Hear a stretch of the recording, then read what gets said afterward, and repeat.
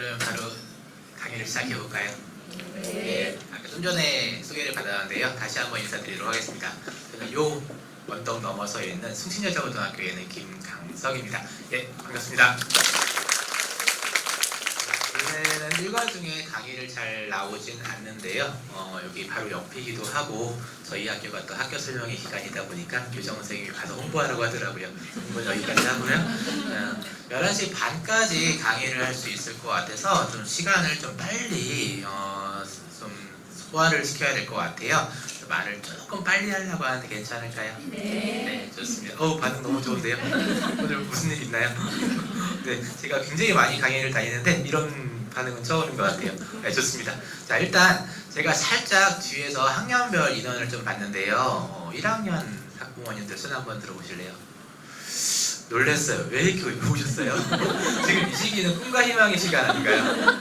괜히 여기 오셔서 좌절감 맛보시면 힘드실 것 같은데, 그래서 1학년 학부모님들이 너무 많아서 좀 놀랬고요. 2학년 학부모님들, 네, 3학년 학부모님들, 네, 좋습니다. 생각보다 3학년 학부모님들이 적으신 것 같아요. 포기 아니신 거죠? 네, 좋습니다. 그런데 오늘 제가 좀 착각을 했는지 3학년 학부모님들 중심으로 좀 진행을 좀 해야 되는지를 알고 3학년 학부모님들 좀 포커스를 좀 맞췄던 것 같아요. 물론 3학년, 2학년, 1학년이 크게 다른 건 없습니다. 다른 건 없고요. 준비 사항도 비슷하긴 한데 3학년 학부모님들이 좀 발등에 불 떨어진 게 있으니까 거기에 좀 초점을 맞추도록 하겠습니다. 다시 말씀드리지만 3학년, 2학년, 1학년 크게 달라지는 부분들은 없는데 그래도 3학년 학부모님들이 조금 준비 사항이 조금 빨라야 될 것 같으니까 3학년 학부모님들에 맞춰서 준비를 좀 해드리도록 하겠습니다. 네, 이제 시작을 좀 해볼까요? 자, 지금 아까 변화무쌍한 미래사회라고 말씀하셨던 것 같은데요. 입시도 변화무쌍하게 좀 바뀌고 있습니다. 크게 세 가지가 바뀌거든요. 어떤 부분들이 바뀌고 있을까요? 지금 내년부터 가장 많이 바뀌는 부분들 뭐가 있을까요? 고교학점제, 또 고교학점제에 따른 2022 개정교육과정, 그리고 또 거기에 따른 요것만 꺼주시면 될 것 같은데 거기에 따른 제일 중요한 거 대입제도의 변화. 그래서 지금 이 세 가지가 가장 큰 변화가 있는데요. 이 세 가지에 오늘 초점을 맞춰서 이야기를 드리고자 목차는 이렇게 준비를 했습니다.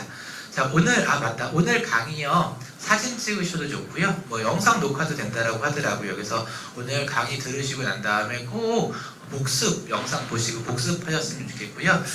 저는 이렇게 사진 찍는 시간도 좀 아깝더라고요. 그리고 사진 찍으시는 분들 진짜 수없이 많이 봤는데요. 집에 가서 안 보시잖아요.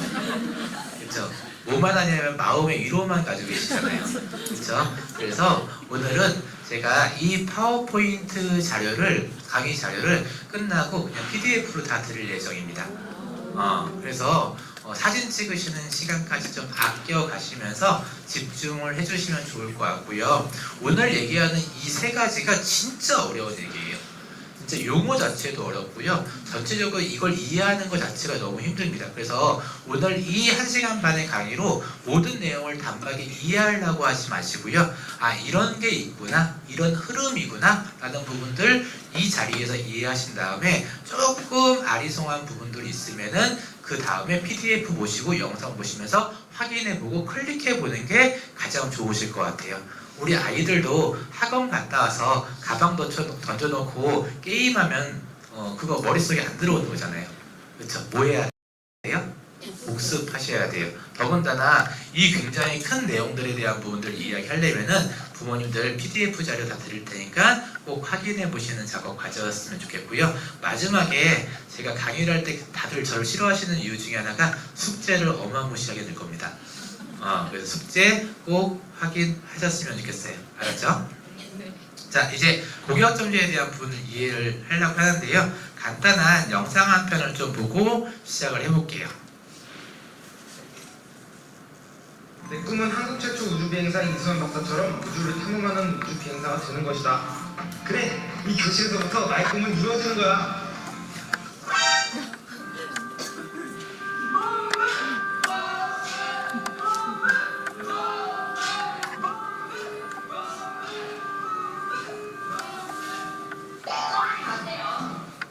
고교학점제에서는 정말 학생이 필요로 하는 수업을 들을 수 있게 될 것입니다. 미래를 여는 선택, 고교학점제.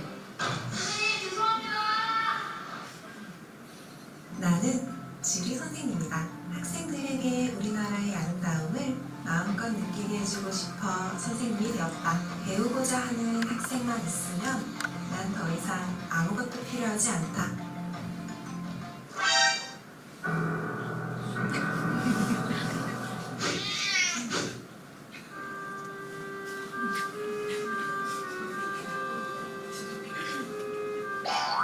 걱정하지 마세요. 2022년부터 시행되는 고교학점제에서는 수업을 필요로 하는 학생들이 모이게 되어 교실의 모습을 확연하게 바꾸어 줄 것입니다. 미래를 여는 선택, 고교학점제. 교실로 따라와.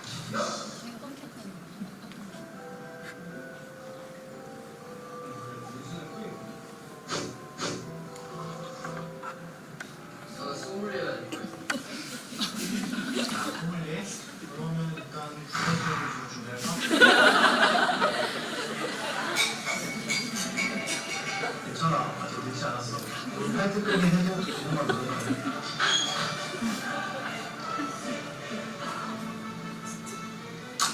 걱정하지 마세요.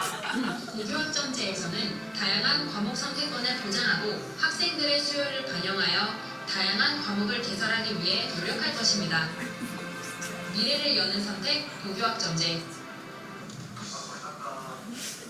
네, 지금까지 고교학점제 관련된 영상 보셨는데요. 어떠세요? 세 가지 편 이해되시나요?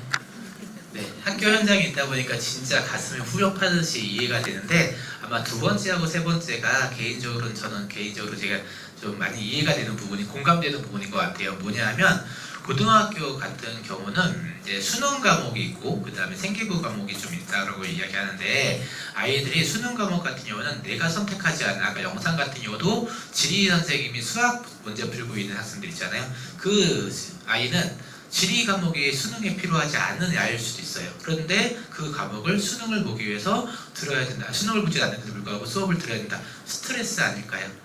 그리고 상담편 같은 경우도 저도 지금도 상담하고 있지만은 아이들한테 자, 너 어디 갈 거니? 웹툰 작가 될 거예요. 그러면 국영수 위주로 공부하자. 이게 진짜 어떤 레퍼토리거든. 어떤 꿈을 갖던 간에 어차피 수능을 보고 내신을 챙겨야 되기 때문에 무조건 열심히 공부하자. 이것뿐이 얘기 못 하는데 만약에 지금 이런 학생들 입장이라고 한다면 이 환경이 굉장히 스트레스를 받을 환경이 아닐까라는 생각이 들어요. 그래서 교육부에서는 이런 부분들을 조금 완화하고자 진짜 나한테 필요한 과목들을 수업을 들었으면 좋겠다라고 하는 게 고교학점제이고요. 고교학점제의 취지를 다시 한번 설명드리면 고교학점제는 자신의 진로 적성에 따라서 과목을 누가 선택하고 아이들 스스로 선택하고 192학점이 되면 졸업을 받는 제도가 고교학점제입니다. 원래는 출석만 했으면 됐어요. 근데 지금은 아이들이 과목을 192학점을 이수돼야지 졸업을 받는 제도가 고교학점제인데요. 중요한 포인트는 뭐냐면 아이들이 진로에 따라서 스스로 과목을 선택하는 겁니다. 자, 제가 원래 고교학점제 강의만 2시간을 막 돌아다니면서 전국을 돌아다니면서 하는데요. 학부모님 대상으로 고교학점제 강의하다 보면 눈빛이 예스럽지 않아요. 그 눈빛의 의미는 뭐냐면 내가 진짜 열심히 공부해가지고선 우리 아이의 과목을 내가 직접 선택해 줄 거야 이런 의미를 가지고 있어요. 근데 절대 그러시면 안 돼요. 왜요? 누가 선택하는 거라고요? 학생이 선택하는 겁니다. 학생이 스스로 선택해야지 거기 그 과목에 대한 책임감이 좀 따르더라고요. 열심히 공부하기도 하고요. 그리고 또 하나는 이따가 제일 많이 이야기하겠지만 스스로 이 과목을 선택해야지 생기부도 잘 만들 수 있어요. 그런데 부모님이 이거에 저거에 이렇게 이야기하면 수동적으로 끌려갈 수밖에 없기 때문에 실질적으로 대학 입시에도 별로 도움이 되지 않더라고요. 자, 그래서 아이들 스스로 결정해야 된다라는 부분이고요. 자, 취지는 굉장히 좋아 보이지 않나요? 그렇죠. 그런데 부모님들이 짜증내는 이유 중에 하나는 딱 하나예요. 왜 하필이면 지금부터 시작이 되는데? 이거죠. 우리 아이들이 고등학교 입학을 하는데 왜 지금부터 전면 적용되는데 이렇게 생각하실 수도 있는데요. 걱정 안 하셔도 되는 게 전면 적용은 지금 중3부터 진행이 되는 거긴 하지만 경기도 교육청인 경우에는 3년 전부터 준비가 돼 있어서 아마 현장에 있는 고등학교에서는 어느 정도 다 준비가 되어 있는 상황입니다. 그래서 그 크게 걱정 안 하셔도 된다는 부분이고요. 고민하셔야 될 부분들은 이런 과목 선택이 대입에도 영향을 미치더라 라고 해서 3부에서 그 얘기를 진행하도록 하겠습니다. 자, 그런데 제가 조금 철학적인 이야기를 좀 할게요. 이 철학적인 얘기가 조금 머리 아픈 이야기일 수도 있지만 아이들 공부하고도 관련된 이야기라서 살짝만 하고 넘어가도록 하겠습니다. 자, 혹시 이런 이야기 아이들한테 많이 듣지 않나요? 엄마, 이상하게 학원에서 아니면 학교에서 문제를 풀면 겁나 잘 풀리는데 희한하게 시험만 보면 틀려. 그렇죠? 물론 이런 과정들이 여러 요인이 있을 거예요. 아이들 성격에 따라서 달라지고 그 원인들은 분명히 여러 가지 요인이 있을 겁니다. 그런데 고등학교에 20년 넘게 있다 보니 이 원인들을 하나의 원인들로 귀결이 되더라고요. 여러 가지 원인들이 있지만 그 중에서도 하나 공통된 부분들은 뭐냐면 아이들이 자기주도적이지 않아요. 자, 아까 말씀드렸던 것처럼 학원 갔다 와가지고선 뭐 복습을 안 하는 것도 있긴 하지만은 대표적으로 그 학원을 내가 왜 가야 되는지 몰라요.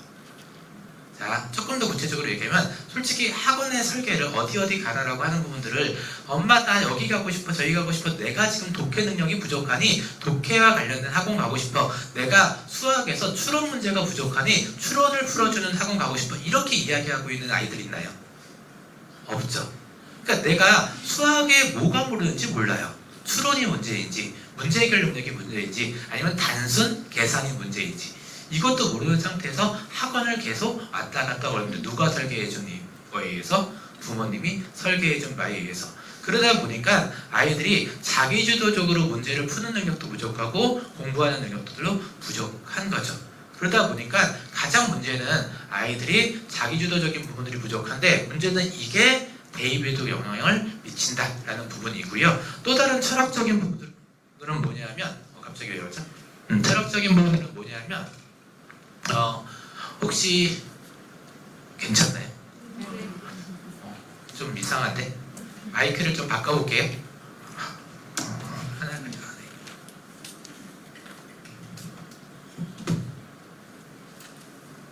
해. 네, 괜찮은 것 같네요. 또 하나는 자, 아이들이 살아갈 미래 사회는 어떨까라고 하는 부분을 살짝 고민해 볼 필요가 있을 것 같아요.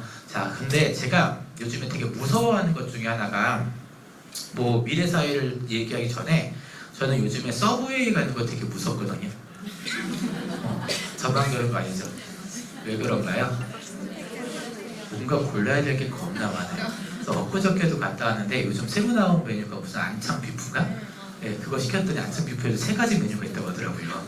그래서 또 멘붕 터져서 잠시만 기다리세요 라고 해서 또 공부하고 갔었는데요. 자, 요즘에는 예전에는 요 빵 주세요 라고 하면 빵을 줬었는데 이제는 빵도 골라야 되고요, 소스 골라야 되고, 채소 골라야 되고요. 되게 어려운 것 같아요. 자, 이 얘기를 생뚱맞게 왜 하냐면요. 우리도 지금 살아가는데 골라야 되는 게 되게 많잖아요. 근데 우리 아이들이 살아갈 미래 사회는 어떨까요? 더 많아지지 않을까요? 그 중에서 나한테 가장 원하는 것들, 필요한 것들을 골라야 되는 능력이 미래 사회에서 살아갈 가장 중요한 역량이라고 이야기하더라고요. 그 역량을 스튜던트 에이전시라고 이야기해서 학생 행위 주체성이라고 이야기하는데 그게 바로 자기주도성이에요. 무슨 얘기냐? 아이들 평생 데리고 살 거 아니라고 한다면 아이들이 스스로 결정할 수 있게 만들어 주셔야지 된다는 겁니다. 그래서 고교학점제 강의할 때 내가 무조건 이 아이들의 강의에 대해서 과목에 대해서 다 세팅해 줄 거야 이렇게 아니라 나중에 진로 선택 과목, 융합 선택 과목이 있어 이런 것들은 이런 데더라 내신이 반영된 데더라 이렇게 대화할 수 있는 수준까지만. 그래서 요거 선택해 이게 아니라 너 의대 갈 거잖아 의대 가려면 요거 선택해 이게 아니라 요 과목은 내신 반영되니까 좀 부담되지 않겠니? 이런 식으로 대화할 수 있는 정도만 준비하시면 어떨까라는 생각이 들고요. 자, 그런 취지로 다시 이제 고교학점제에 대한 이야기 진행을 해볼게요. 자, 고교학점제 운영 단계라고 이야기하는데요. 이거를 설명드리려고 하는 이유 중에 하나는 그냥 간단하게 크게 달라진 게 없다. 우리 부모님이 고등학교 다녔을 때랑 크게 달라진 게 없다라고 하는 걸 보여드리고 싶자 합니다. 그래서 고교학점제 하면 굉장히 부담스러우신 게 굉장히 많이 바뀌었을 거야 라고 생각하는데요. 자, 첫 번째, 다양한 과목 개설이라고 되어 있는데요. 솔직히 이게 좀 많이 달라진 부분이에요. 예전에 부모님이 다니셨던 고등학교하고 비교했을 때. 자, 우리 부모님들 예전에 과목 선택하신 경험 있으신가요? 근데 이 생각보다 있으실 거예요. 2002년 이후부터 과학이나 사회 과목 한두 가지를 선택하셨을 거예요. 그게 선택 중심형 개정 교육 과정이라고 이야기하는데요. 그거를 지금 조금 더 확대했다. 예전에는 한두 과목 선택했던 거를 지금은 좀 많이 과목을 개설해 선택한다. 요게 좀 달라진 부분이고요. 자, 상담했었고요. 수강 신청했었고요. 너 과학 들을래? 수학 뭐 사회 들을래? 수강 신청했었고요. 수업했었고요. 평가했었습니다. 즉 요것만 달라졌고요. 나머지는 크게 달라진 거 없습니다. 그래서 고교학점제 준비가 잘 되어 있나요? 이렇게 많이 물어보시는데요. 준비할 거는 예전부터 준비는 되어 있었다라고 보면 될 것 같고요. 가장 많이 달라진 게 1단계라고 이야기했는데 이것보다 더 달라진 거는 솔직히 6단계입니다. 1단계하고 6단계만 달라졌는데 부모님들이 제일 걱정하시는 게 요거 아닌가요? 미수. 우리 아이가 혹시나 수업을 잘 열심히 안 들어서 유급당하면 어떡할까? 우리가 알고 있는 F학점을 받으면 어떡할까? 요거 걱정 많이 하시는데요. 걱정 안 하셔도 될 거예요. 왜냐하면 자, 생각을 조금 달리 해서 유급을 받으면 아이들도 힘들겠죠. 그렇죠? 근데 아이들만 힘들까요? 누가 더 힘들까요? 교사들도 힘들어요. 그래서 어떻게 해서든지 유급을 안 시키려고 교사들이 발에 땀나도록 뛰어다닐 겁니다.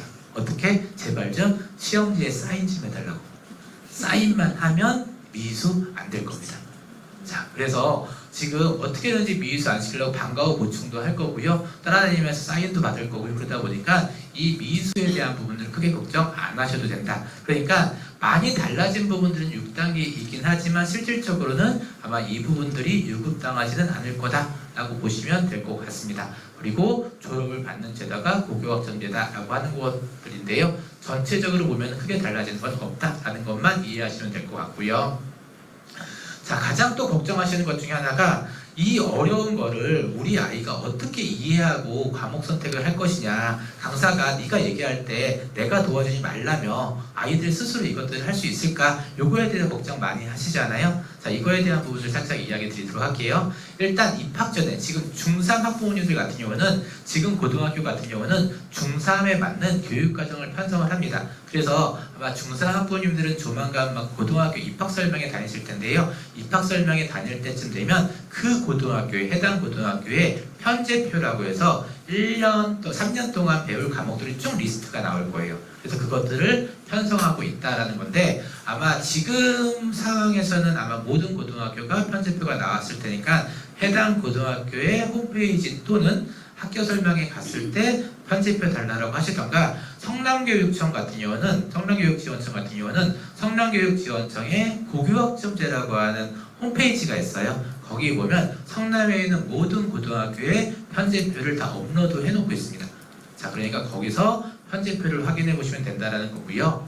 자, 3월달에서 5월달에, 그러니까 입학하고 3월달에서 5월달에 아이들을 대상으로 진로하고 뭐 검사도 되게 많이 하고요, 상담도 되게 많이 해요. 왜냐하면 진로가 결정이 돼야지만이 과목을 선택할 수 있으니까. 그래서 죽으라고 3월달부터 5월달까지 학급 시간, 진로 시간 아니면은 뭐 여러 가지 시간을 창제 시간을 통해서 진로 교육들을 진행할 예정이고요. 문제는 요건데요. 5월, 6월 달에 뭐 할 거냐면 아이들 대상으로 한 달, 길게는 한 달, 짧게는 일주일 동안 교육과정 박람회라는 걸 합니다. 이때 부모님을 모시고 아마 이 작업들을 또 할 거예요.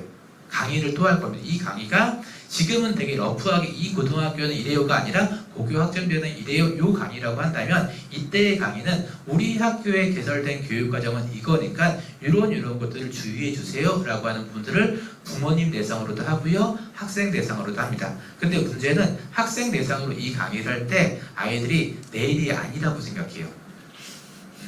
아주 먼 얘기라고 생각합니다. 그러다 보니까 아이들이 그냥 대충 과목 선택하면 되지 이렇게 생각하는데요. 부모님이 하셔야 될 첫 번째는 뭐냐면 이 교육과정 박람회 하실 때 꼭 학교에 방문하셔서 강의를 들으시는 것 하나 하고요. 아이들이 이 시기에 시험 끝나고 난 다음이라서 아이들이 멘붕 터져 있거든요. 성적도 안 나왔는데 또 이런 거 하다 보니까 그러다 보니까 아이들 좀 정신줄 잡고 꼭 열심히 듣게 해주게 만드는 게 부모님이 하셔야 될 일인 것 같아요. 그래서 강의도 듣는데 모든 선생님들이 부스 같은 거 운영하면서 우리 교과에는 이렇게 배울 거야, 평가는 이거 할 거야 라고 해서 다 안내까지 해주는, 그래서 박람회라고 하는 이유 중에 하나가 이제 전체 강의뿐만 아니라 과목별로도 안내를 해주는 게 교육과정 박람회고, 그 다음에 7월달에 사전조사하고 9월달에 선장 전체적으로 과목을 선택하는 게 전체적인 흐름이라고 보시면 될 것 같습니다. 그래서 아이들 대상으로도요 되게 여러 가지 정보들을 알려주니까 이때 아이들이 남일이라고 생각하지 않고 열심히 수업 듣게 해주시면 될 것 같아요. 이때 전체 다 안내할 예정이고요. 지금 여기 QR코드 하나가 있는데요. 이렇게 안내를 한다라고 이야기했음에도 불구하고 내년에 배울 과목들이 무엇인지에 대해서 굉장히 걱정하시는 분들이 되게 많은 것 같아요. 근데 그 자료가 아직 나와 있는 게 없거든요. 유일하게 나와 있는 게 하나가 경기도교육청에서 나온 각 2022 개정 교육과정의 과목이에요. 그래서 그 자료들이 여기에 QR코드 보시면 PDF로 볼 수 있으니까 조금 내가 급하다, 조금 미리 알고 싶다 라고 한다면은 여기 클릭하셔서 나중에 어떤 과목들을 어떻게 배우는지에 대해서 확인해 보시면 될 것 같습니다. 자, 넘어갈게요. 자, 문제는 이건데요. 과목 선택이 왜 중요하냐? 우리를 굉장히 좀 민감하게, 굉장히 좀 겁나게 만드는 것 중에 하나가 과목 선택이 대입에도 영향을 미친다는 거예요. 자, 우리 과에 오려면 최소한 이런 과목들은 들었으면 좋겠어라고 해서 서울 시내에 있는 주요 대학교는, 여기는 서울대거든요.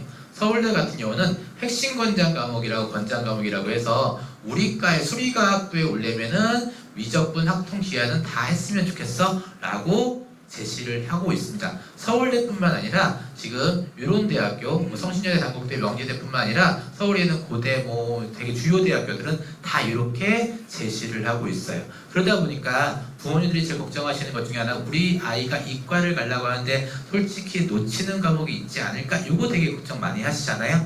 근데 걱정 안 하셔도 되는 게 교육과정 박람회도 다 안내를 하긴 하지만 문제는 그래도 미리 좀 보시면 좋지 않을까라는 생각 때문에 페이지에 놓긴 했는데요. 자, 문제는 이거를 지금 볼 필요가 있느냐? 지금 볼 필요는 없을 것 같아요. 왜냐하면 이 과목들이 다 바뀌었죠.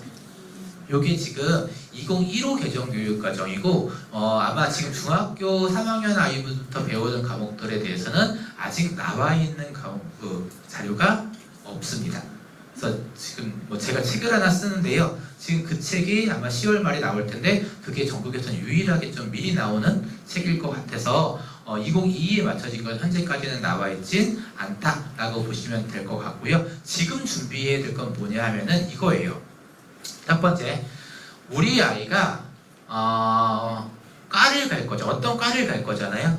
이 과를 맞춰서 과목이 선택되는 거잖아요. 그러면 가장 먼저 하셔야 될 부분들은 뭐냐면 아이들 진로에 대한 부분들을 고민하셔야 된다. 자, 고등학교 올라와서 아이들 과목 선택하라고 하면 제일 많이 하는 얘기 중에 하나가 선생님 아직 제가 진로를 정하지 못했어요. 이런 얘기 많이 해요. 몇 퍼센트 정도 될까요? 거의 60%, 70% 이상이 돼요. 자, 중학교 때 굉장히 많은 진로 활동 하지 않나요? 그쵸? 근데 왜 진로가 결정이 안 됐을까요? 여러 가지 요인이 있지만 아이들이 고등학교 올라오기 전에 중학교 때 하는 진로 활동이 죄송한 얘기지만 좀 약간 옵션이라고 생각하는 것 같아요. 그러니까 자유학기제도 하고 여러 가지 프로그램 돌리는데 공부해야 되는데 그냥 살짝 지나가는 머리 식히러 가는 그런 시간이라고 생각해서 집중하지 않더라고요. 그런데 정말 중요한 게요. 과목에 맞춰, 학과에 맞춰서 과목 선택하는 거거든요. 진로에 맞춰서 과목 선택하는 거거든요. 그러다 보면은 뭘 해야 되냐? 진로에 대한 부분들을 다시 한번 고민해 보셔야 될 것 같습니다. 그래서 지금 중1 학부모님들 같은 경우는 학교에서 진행하는 진로 교육에 대해서 굉장히 관심을 가지시고 아이들한테 어떤 활동했는지 확인해 보셨으면 좋겠고요. 중2, 중3 학부모님들은 지금 가방 속에 있는 진로 활동지 다시 꺼내서요. 했던 검사지 활동 다 있잖아요. 검사지 꺼내서 아이들 진로에 대한 부분들 확인해 보시면 좋지 않을까 싶어요. 그리고 또 한 가지는 뭐냐면요. 하나 더 가면은 자 한번 여기 화학생물공학부가 있거든요. 서울대학교에 화학생물공학부가 있습니다. 그래서 화학생물공학부에는 물화생지 중에서 가장 중요한 과목 뭘까요? 화학하고 생물이겠죠. 자, 그런데 여기 볼게요. 지금 서울대에서 말하는 핵심 권장 과목에 화학생물공학부의 핵심 권장 과목은 화학하고 생물이 아니라 물리예요. 자, 무슨 얘기냐면요. 우리가 어머님들이 알고 있는 학과에 대한 개념이 굉장히 많이 바뀌었어요. 자, 그래서 진로에 대한 부분들을 아이들이 고민을 하는 거라고 한다면 제가 4부 때 이야기하겠지만 부모님이 하셔야 될 것들은 아이들하고 학과에 대한 공부를 할 수 있게 정보를 제공해주는 역할을 하셔야 돼요. 자, 이따가 얘기하겠지만 화학생물공학부 학과 홈페이지 들어가면 화학생물공학부에서 하는 연구가 연료전지하고 배터리 공부하고 있거든요. 자, 연료전지하고 배터리는 물리죠. 그렇죠? 그러다 보니까 아이들한테 물리해야 돼 이렇게 얘기하는 거예요. 자, 생각을 좀 바꿀게요. 자, 우리가 아이들한테 자기주도적이지 않고 부모님이 막 시키는 거예요. 자, 화학생물공학부 들어가려면 물리해야 돼 이렇게 지도해주는 부모님이 있는 반면에 화학생물공학부는 엄마하고 같이 찾아보니까 물리 베이스더라. 연료전지하고 배터리 공부하더라. 그러니까 물리가 필요하지 않겠니? 한번 네가 생각해봐. 이렇게 하는 애들이 어떤 차이가 있냐면 고등학교 올라가서 화학생물공학부는 연료전지를 공부한다고 하니까 내가 생기부에 연료전지를 넣어야지 이렇게 고민을 하는 거예요. 그 아이와 그냥 아무 생각 없이 물리 듣는 아이들은 분명히 생기부에서 어마무시한 차이가 있을 겁니다. 자, 그러니까 우리는 이런 정보들을 아이들이 시간이 없으니까 같이 제공해 줘야 된다. 그래서 첫 번째 진로 교육도 중요하고 두 번째로는 부모님들이 아이들하고 같이 학과에 대한 부분들에 대한 정보를 제공해 줘야 된다. 이렇게 생각해 주시면 될 것 같습니다. 자, 요 내용들은 이따가 확실하게 정리를 다시 해드릴게요. 자, 두 번째로 개정교육 과정인데요. 좀 빨리 나가도록 하겠습니다. 자, 이거 되게 어려워요. 그러니까 이 표만 나오는 순간부터 부모님들이 이제 포기해야 되나 이렇게 얘기하는데요. 요거 기억하실 필요는 없고요. 그냥 느낌만 알면 될 것 같아요. 자, 지금 고등학교 아이들은 공통과목, 일반 선택 과목, 진로 선택 과목이라고 있었는데 어렵죠? 표정이 어두워지시네요. 어렵죠? 근데 뭐가 새로 생겼냐면 융합 선택 과목이 생겼다. 요것만 기억하시면 돼요. 자, 일단 공통, 일반, 진로인데 지금은 융합 선택 과목이 생겼다. 그냥 모르셔도 됩니다. 뭔가 하나 생겼다. 이것만 기억하시면 돼요. 그리고 기억하셔야 될 게 이제 3개인데요. 빨간색 글자가 있어요. 빨간색은 뭘까요? 수능 과목이에요. 요 과목을 수능을 본다. 그러니까 정시 파이터가 되겠다라고 하는 아이들은 요 내용들만 죽으라고 공부하면 된다. 이렇게 생각하시면 될 것 같고요. 또 하나가 등급 나오는 과목하고 등급이 안 나오는 과목이 있죠. 자, 예전에는 지금 고등학교 아이들은 공통 과목하고 일반 선택 과목만 등급이 나왔고 진로 선택 과목은 등급이 안 나왔어요. 지금 고등학교예요. 근데 지금 중학교 아이들은 음영처 있는 부분만 제외하고는 다 등급이 나옵니다. 네, 놀라셔야 될 부분들이 맞아요. 이따가 이 부분도 정리를 해드릴게요. 자, 그래서 거의 대부분이 다 내신이 반영된다. 이렇게 보시면 될 것 같아요. 자, 이해됐을까요? 그리고 정말 중요한 거, 여기까지는 거의 대부분 이렇게 학원에서도 이야기를 하는데 문제는 제일 중요한 건 요게 바뀌었어요. 집중학기제로 바뀌었다. 이 얘기는 무슨 얘기냐면요. 쉽게 설명하면 우리 예전에 생명과학을 배웠었잖아요. 생명과학을 어떻게 배웠냐면 대부분들이 어머님들은 어떻게 배웠냐면요. 1학기 때 2시간, 2학기 때 2시간 배웠어요. 이거를 어려운 얘기로 학년제라고 이야기를 해요. 근데 지금은 학기제로 바뀌어요. 학기제로 바뀐다는 얘기는 뭐냐면 우리가 1학기 때 배우고 2학기 때 배우는 게 아니라 1학기 때 4시간 배우고 끝. 이게 어떤 의미일까요? 굉장히 중요한 의미를 가지고 있는데 이 얘기는 1학기 때 생기부가 끝난다는 얘기예요. 자, 쉽게 얘기해서 여기 보면 공통과학 1하고 공통과학 2가 있잖아요. 공통과학 1은 1학기 때 배우고 끝, 공통과학 2는 2학기 때 배우고 끝나는 거예요. 원래는 지금 고등학교 아이들 같은 경우는 1학기 때 몸이 안 좋던가 이렇게 진로를 못 정했다던가 아니면 약간 이렇게 방황을 한다던가 라고 한다면 1학기 때 생기부를 챙기지 못하고 그걸 2학기 때 더 열심히 하면 됐어요. 그렇죠? 그러면 2학기 때 500자로 공통과학은 끝 이렇게 됐는데 이제는 1학기 때 500자가 만들어지고 끝나고 2학기 때 열심히 해도 1학기 때 했던 활동들을 다시 되돌릴 수 없는 거죠. 그리고 2학기 때도 500자로 또 끝나는 거예요. 그 얘기는 여러 가지 의미인데 지금 평균적으로 1학년 아이들이 고등학교 1학년 아이들이 생기부가 3,500자라고 한다면 중3부터는 즉 내년부터는 7,000자가 되지 않을까 라는 부분이고요. 또 한 가지는 아까 이야기했던 것처럼 1학년 1학기 때 진로를 설정하지 못하고 방황하면은 1학기 때의 생기부가 조금 의미가 없을 수도 있다. 그래서 가장 많이 바뀌는 부분들은 학기제라고 이야기해서요. 생기부 활동이 굉장히 더 중요해졌고 1학년 1학기 딱 들어가자마자 3월달 들어가자마자 동아리 선택하고 이렇게 하는 거잖아요. 그러니까 아까 교육과정은 5월달부터 7월달, 9월달 이렇게 결정한다고 했지만 과목은 그렇게 결정된다고 하지만 실질적으로 동아리는 3월달에 설정하는 거다 보니까 중학교 3학년 때 조금 더 노력해서 고등학교 1학년 올라갈 때 진로를 선택하고 올라가는 게 굉장히 유리할 수도 있다. 그래서 제가 이따 4부 때 첫 번째 미션이 두 번째 숙제가 아이들하고 진로에 대한 고민을 해주셨으면 좋겠다라고 이야기를 할 건데요. 이런 의미입니다.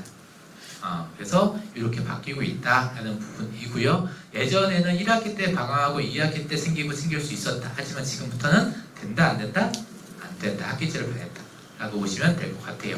그래서 저희 학교 어제 전교에서 전교권에 있는 이렇게 1학년 아이를 만나는데 생기부 분석을 같이 좀 도와줬더니 1학기 때는 진짜 여러 가지 이유로 생기부 활동을 안 했더라고요.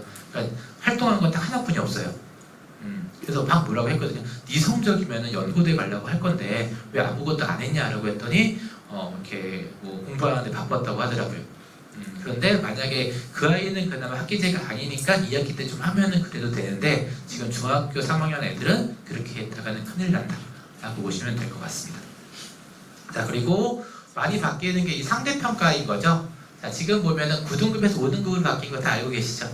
자, 아까 음영 처리되어 있는 거 빼고 저 이따 다시 설명할 거예요. 그래서 5등급으로 바뀌었다라는 거고요. 그 다음에 절대평가 보는 거라고 할지라도 A, B, C, D, E가 나오는데 지금 F학점이라고 하는 걸 억양상 별로 안 좋다고 해서요. I학점이라고 이야기해요. 근데 I학점은 별로 의미가 있다 없다. 별로 고민 안 하셔도 된다라는 거고요. 이 5등급제는 너무 중요하니까 3부에서 다시 이야기 드리도록 할게요. 자, 그래요. 요거는 그냥 그래프로 보여주는 건데 시간 관계상 넘어가도록 하겠습니다. 나중에 그래프로 그냥 보시면 될 것 같은데 쉽게 얘기하면 4등급, 7등급이 예전에 1, 2등급이라고 한다면 이제는 1등급이 몇 %? 10%로 바뀌었다라는 건데 중요하니까 3부 때 다시 설명드릴 겁니다. 자, 이제 가장 중요한 요거 얘기 한번 할까요? 네. 자, 우리 잠깐 쉬어가는 타임에서 우리 숫자를 좀 가져왔는데요. 제가 이제 중3학부모님들 중심으로 가져오다 보니까 숫자를 그냥 중3에 맞췄던 것 같아요. 자, 44만 4천 명. 이게 뭘까요? 중3? 학생? 네, 중3 학생 수입니다. 마이너스 2만 1천 명은 뭘까요? 전년 대비. 오, 이렇게 잘하세요? 전년 대비. 중3학부모님들 개타셨어요. 네, 인원수가 경쟁자가 2만 1천 명이 줄어들었습니다. 네, 문제는 지금 중학교 2학년 친구들 암울하죠. 레코드이 엄청 늘어났습니다. 특히 중3 애들은 분명히 첫 경험이라고 해서 또 재수하는 애들이 많더라고요. 참고적으로 저희 아들도 둘째도 중2입니다. 죽을 것 같아요. 왜 하필이면 그때. 아무튼 좋습니다. 자, 또 다른 숫자를 가져왔는데요. 4695. 이게 뭘까요? 입시하면 딱 생각나는 과가 있죠. 의대. 부모님들이 가장 워너비로 하시는 의대 정원입니다. 전국의 의대 인원입니다. 정원, 모집 정원 내에서, 그러니까 정원 외가 아니라 정원 내에서 4,695명이고요. 1,500명이 늘어서 이 정도입니다. 자, 그래서 아주 쉽게 이야기하면 이 인원에서 4,695명 안에 들어가면 됩니다. 그냥 1.05% 안에 들어가면 그냥 입시는 끝내요. 다 필요, 생기면 다 필요 없고요. 다 어떤 선택 과목 하냐 다 필요 없습니다. 뭐만 하면 돼요? 그냥 1.05% 안에만 들어가면 돼요. 끝났습니다. 자, 그러면 오늘부터 우리는 뭐 하면 돼요? 전국에서 1.05% 안에만 들어가면 됩니다. 이것만 생각하시면 될 것 같아요. 자, 중요한 거는 위례 한빛 중에서 1.05%가 아니라 되게 많이 착각하세요.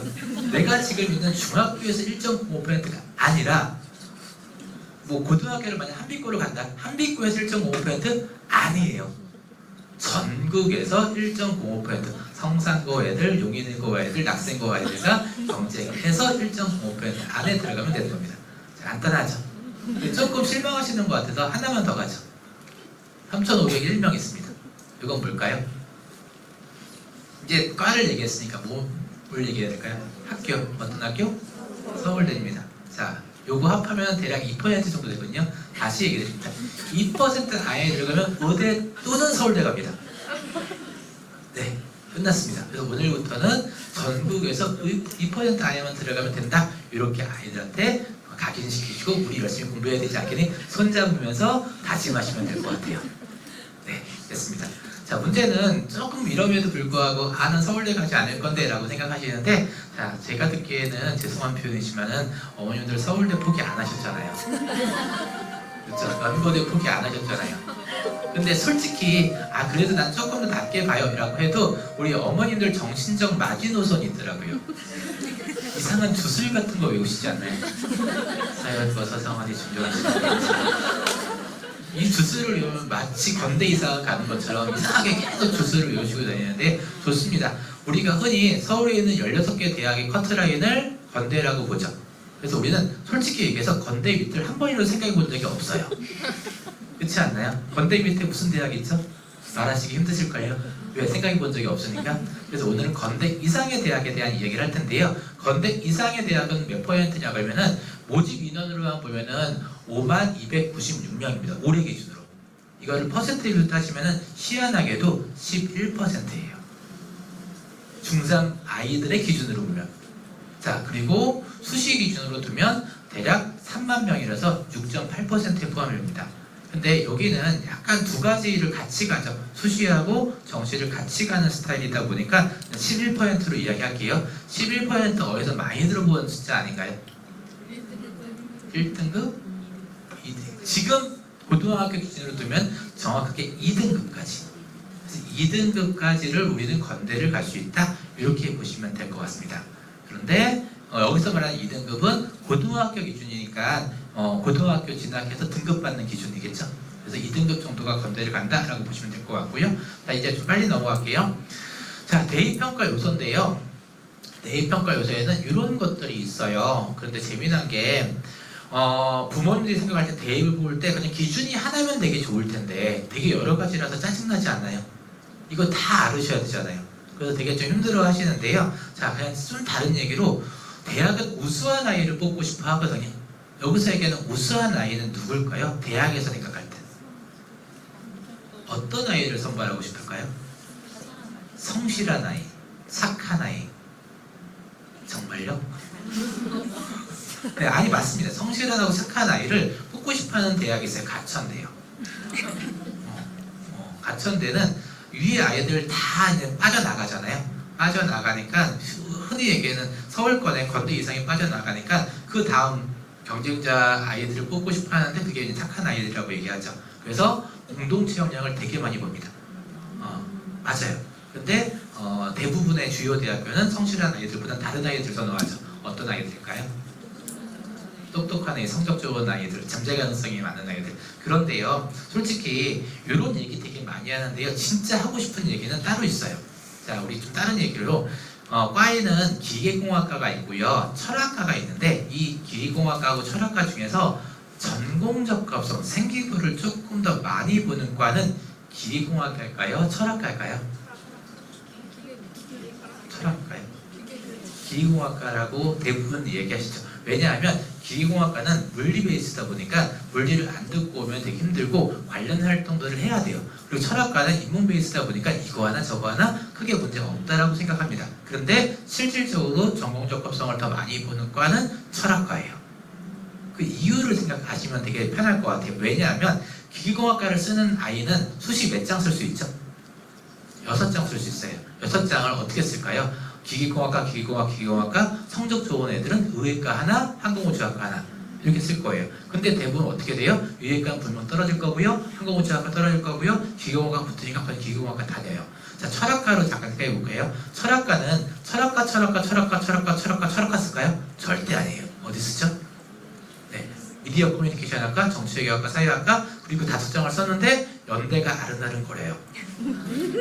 거길 쓰고 싶어요. 그래서 연대 철학과를 써요. 그런데 이제부터 머리 아픈 거예요. 미디어 커뮤니케이션 학과를 붙고 철학과를 붙었어요. 어디를 갈까요? 이제부터 머리 아파지는 거죠.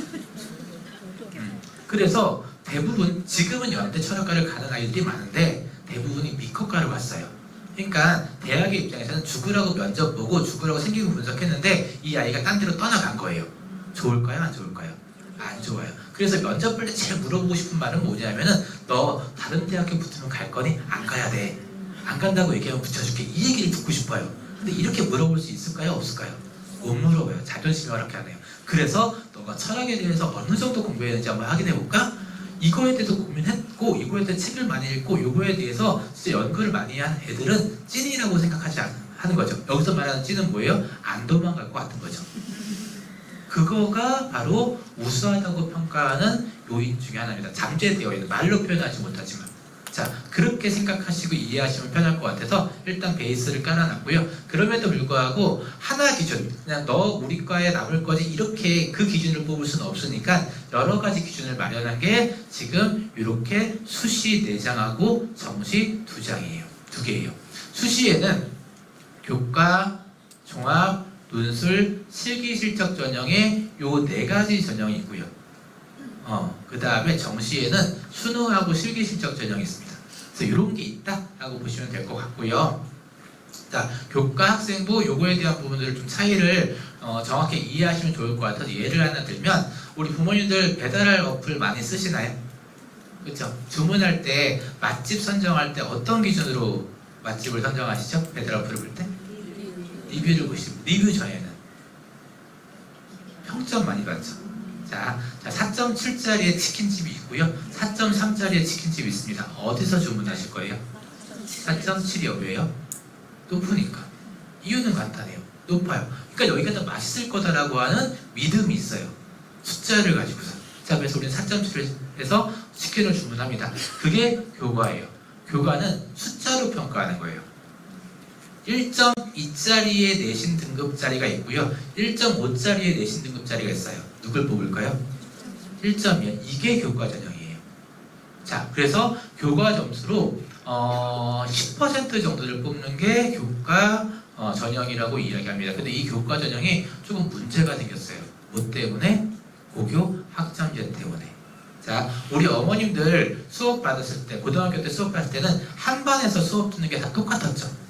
그냥 시간표가 하나 딱 있었어요. 교실 앞에. 그 시간표로 우리 반에 있는 애들 다 같은 수업 들어요. 근데 지금 고등학교는 그러지 아니라 하나의 시간표가 아니라 이제 개인마다 달라요. 그 얘기는 무슨 얘기냐면 예전에는 하나의 공통된 교육과정에서 과목을 배웠기 때문에 이 아이들이 과목 성적이 똑같이 평가가 될 수 있었어요. 근데 지금은 각각 달리 평가받는 거죠. 좀 더 쉽게 얘기할까요? 물리를 아이들이 잘 선택 안 하려고 해요. 왜 안 할까요? 어려워서. 근데 어려워서보다 조금 더 정확한 이유가 있어요. 등급이 안 나오니까. 왜 안 나올까요? 아이들이 선택을 많이 안 해요. 그러니까 쉽게 얘기해서 지금 고등학교 1학년 기준으로 얘기해서 25명이 수강을 하면 1등급이 1명 나오거든요. 그런데 대부분의 학교가 한 200명 정원의 학교가 대략 물리를 선택하는 인원들이 한 60명? 적게는 40명대예요. 그 물리 선택하는 에서 1등급이 1명이나 2명뿐이 안 나온다는 얘기죠. 자, 그런데 물리는 대부분 주요 대학교에서 좀 필요로 하다 보니까 누가 선택하냐면 상위권 애들 선택해요. 그러니까 한두 명 나오는 1등급인데 거기에 전교 1등부터 10등까지 다 들어간다라고 한다면은 조금 쫄리죠. 그래서 대부분 안 들어요. 자, 그랬더니 물리를 들은 아이가 있는데 물리를 안 들은 아이하고 똑같은 평균 평점을 비교할 수 있느냐라는 게 가장 큰 문제예요. 그렇죠? 그러다 보니까 예전에는 똑같이 수업 들었으면 이 중에서 1, 2, 3등을 결정할 수 있었는데 이제는 물리 듣고 생물 듣고 어떤 걸 듣지 않은 아이들과 똑같은 평점으로 줄을 세울 수 있느냐라고 하는 게 요즘 교과 전형을 보는 게 좀 아쉬운 부분인 거죠. 그래서 지금은 이 교과 전형에서 학생부로 넘어가고 있는데 이게 뭐냐면요, 이겁니다. 아까 리뷰를 보신다고 얘기했는데요. 4.7짜리에 리뷰 3개인 집이 있고요. 4.3짜리에 리뷰 87개짜리에 치킨집이 있다고 볼게요. 어디서 주문하실 거예요? 4.3에 리뷰 87개. 왜요? 이유는 모르겠지만 조금 느낌은 이거예요. 4.7짜리의 리뷰 3개가 믿음직하지 않아요. 정확히 이야기하면 합리적 의심이 가능해요. 어떤 의심? 이 4.7짜리 리뷰 3개는 분명히 가족일 거다. 어떻게요? 아버지, 어머니, 사장님. 진짜 맛있으면 어떻게 했을까요? 리뷰가 많겠죠. 근데 리뷰가 더 안 나온 이유는 분명히 가족이 쓰고 끝났을 거다라고 생각해서 합리적 의심상 어떻게 하냐면은 무조건 4.3짜리 리뷰 87개짜리를 확인합니다. 그게 바로 리뷰를 보고 음식점을 선정하는 건데요. 바로 학생부가 바로 그런 거예요. 여기서 말하는 리뷰는 생기부인 거죠. 자, 그래서 이제 한 줄로 줄을 세울 수가 없으니 이제 어떻게 하겠다? 학생부를 보고 아이를 뽑겠다라고 하는 게 학생부 종합전형이라고 보시면 될 것 같습니다. 자, 그리고 논술은요, 아마 지금 그렇게 생각 안 하실 거예요. 왜냐하면 우리 아이들이 점수가 잘 나올 거라고 생각을 하시잖아요. 그렇죠? 이 전형은 점수가 조금 생각보다 안 나왔을 때 주요 대학교 가고 싶을 때, 즉 지금 기준으로 3, 4등급 받았는데 연대, 고대 가고 싶다라고 한다면은 그때 생각하는 전형인데 한 가지만 기억하시면 돼요. 대학교에서 자체 시험을 보는데 자체 시험의 시험 범위는 어디서 출제할까요? 고등학교 교육과정 내에서 그렇게 본다라고 보시면 될 것 같고요. 실기는 실기 보는 전형이고 문제 수능은 뭘까요? 수능은 교육과정 평가는 11월 달에 보는 시험을 보고 아이들 줄 세워서 보는 거죠. 자, 문제는 이 수능도 약간 요즘 문제가 되는 게 아이들이 어떤 과목을 선택하느냐에 따라서 유불리가 달라지는 거죠. 미적 선택했냐, 확통 선택했느냐, 과학 중에서 물리 선택했냐, 이거에 따라서 조금 유불리가 있어서 약간 요즘 문제가 되고 있다라고 하는 부분들 생각하시면 될 것 같아요. 자, 그래서 대입평가 요소는 이렇게 보고 있다라는 부분들이고요.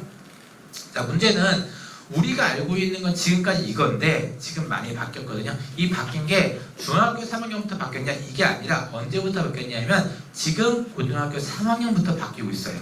뭐가 바뀌었냐면 볼게요. 자, 교과전형은 뭘로 뽑는다고 했죠? 네, 숫자로 뽑는다고 했어요. 그쵸? 그리고 최저등급이라고 있습니다. 최저등급은 뭔지 아시나요? 그래서 수능을 보고 최소한의 이 기준은 도달했으면 좋겠어 라고 하는 겁니다. 자, 그리고요 또 한 가지가 바로 이거예요. 교과 전형인데 리뷰를 봐요. 자, 이따가 페이지는 생략하고 넘어갈게요. 어느 대학교가 뭐냐면요, 고려대, 성균관대, 한양대, 건대, 경희대, 이런 대학교가. 자, 요 대학교 워너비 대학교 아닌가요? 그렇죠? 이 대학교들이 이제 뭐예요? 교과 전형에서 소리를 보고 있다. 이렇게 보면 될 것 같아요. 자, 그리고 또 한 가지. 논술 전형하고 학생부 종합 전형은 똑같고요. 정시 전형은 뭘로 뽑는다고 했죠? 수능이에요. 수능 보고 줄 세우는 거를 오늘 수능 전형이라고 이야기했던 것 같아요. 자, 그런데 이 정시 전형이 아이들을 미치게 만드는 게 고등학교 1학년 올라가자마자 아이들이 어떤 반응을 보이냐면 1학기 시험 보잖아요. 그러면 생각보다 점수가 안 나와요. 중학교 때 내가 반에서 1, 2등 했는데 고등학교 때 1, 2등 할 수 있을까? 착각인 거죠. 힘들어요. 어느 정도 필터링이 되어 있고 있는 상태에서 오는 거라서 중학교 때 성적을 그대로 유지하기 힘든데 내가 중학교 때 성적보다 좀 떨어지다 보니까 아이들이 대부분 다 이런 얘기를 하죠. 어떤 얘기? 나는 정시 파이터야. 정시 준비할 거야. 이런 얘기 되게 많이 해요. 근데 정시 준비하는 게 옳은 판단일까요? 좀 논란의 생각을 해봐야겠지만 고등학교 1학년 때 모의고사, 고등학교 2학년 때 모의고사는 별 의미가 없어요. 고3 때 모의고사가 의미가 있죠. 왜? 누가 시험을 같이 보니까? 재수생들. 고등학교 1학년, 2학년 때는 전국의 고등학교 1학년, 2학년하고 보는데 고등학교 3학년은 재수생들이 들어오죠.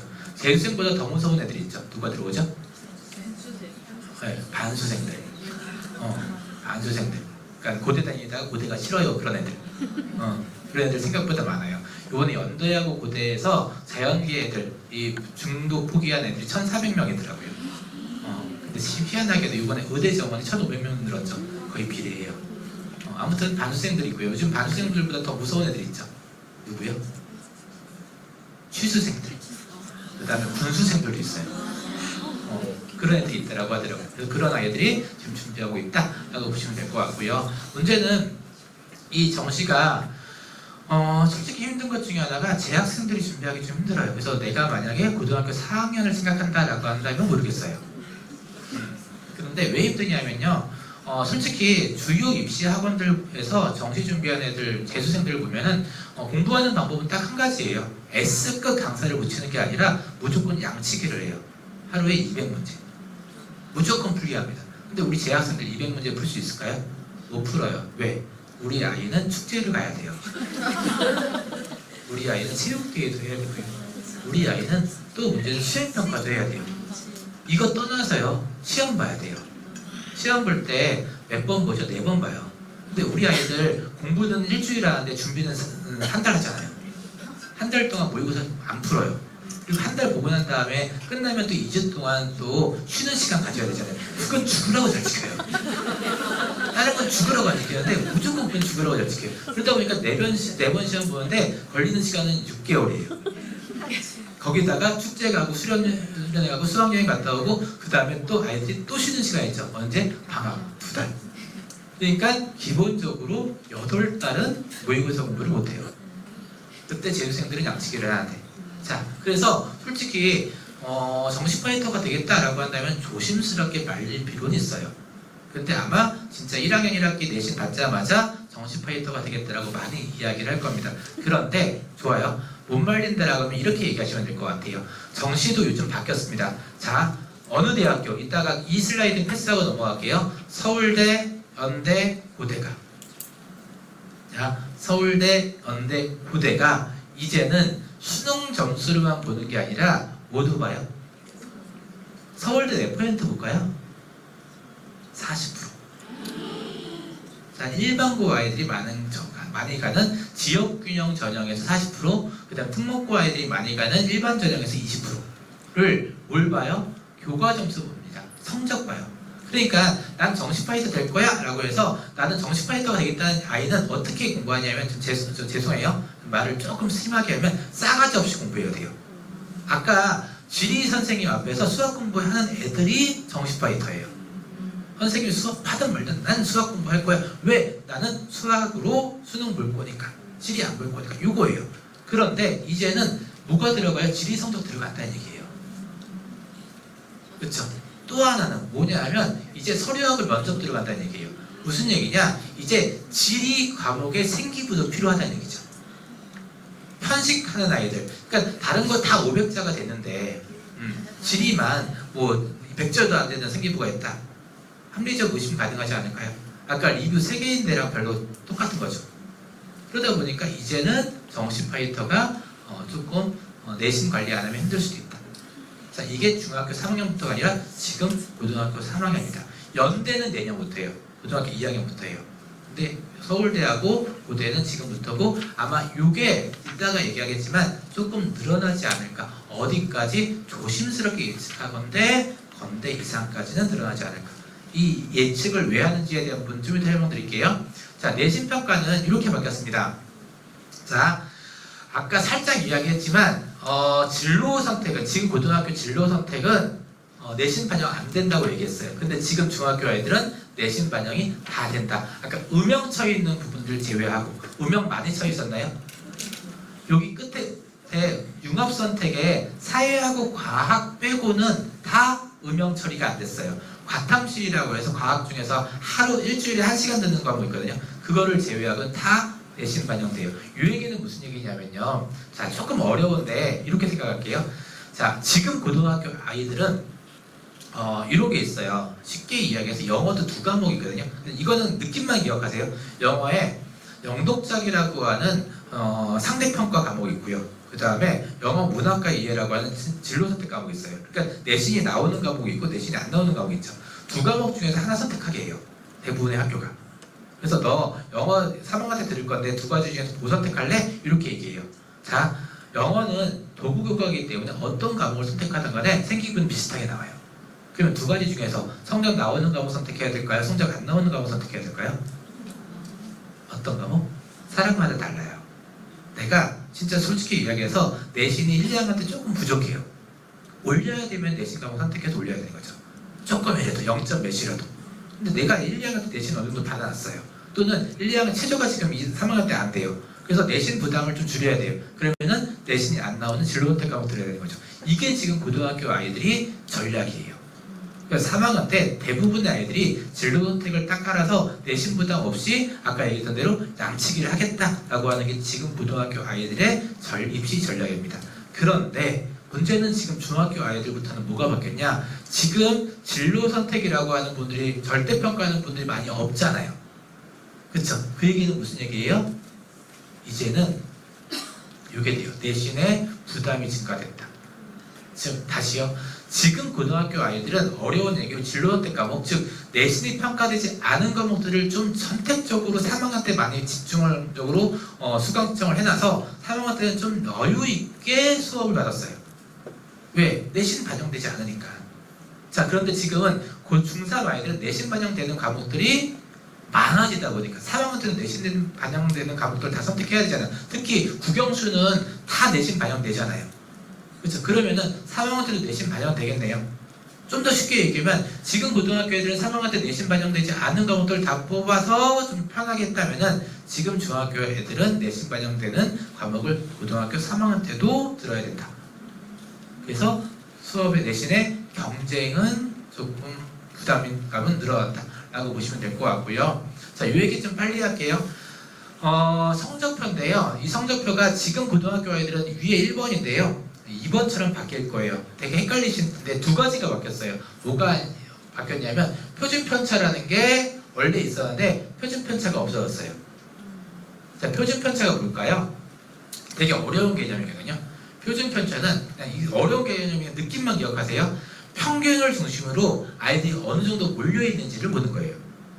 그래서 흔히들 진짜 빡센 학교, 흔히들 특목고 또는 갑방고라고 이야기하죠.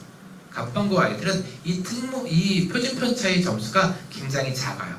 그래서 유일하게 우리나라에서 제일 작은 학교가 용인외고라고 이야기하더라고요. 9점대. 그래서 9점대 애들은 어떤 얘기냐면은 내가 한 문제 틀려버리면 갑자기 1등급 준비하다가도 3등급으로 떨어질 수 있는 그런 아이들이에요.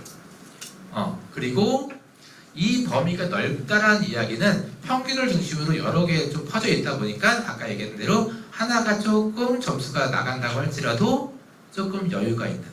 참고적으로 저희 아들이 고2인데요.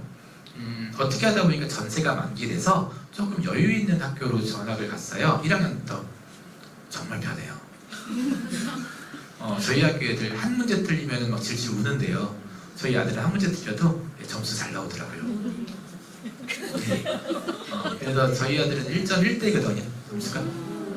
근데 진짜 여유롭게 공부해요. 그 얘기는 무슨 얘기냐? 이 얘기를 저희 아들 얘기하는 게 아니니까 이제 문제는 표준 편차가 있었는데 표준 편차가 없어졌어요. 표준 편차가 있다는 얘기는 뭐냐면 이 학교가 갑방고구나, 이 학교가 특목고구나라고 하는 것들을 알 수 있었어요.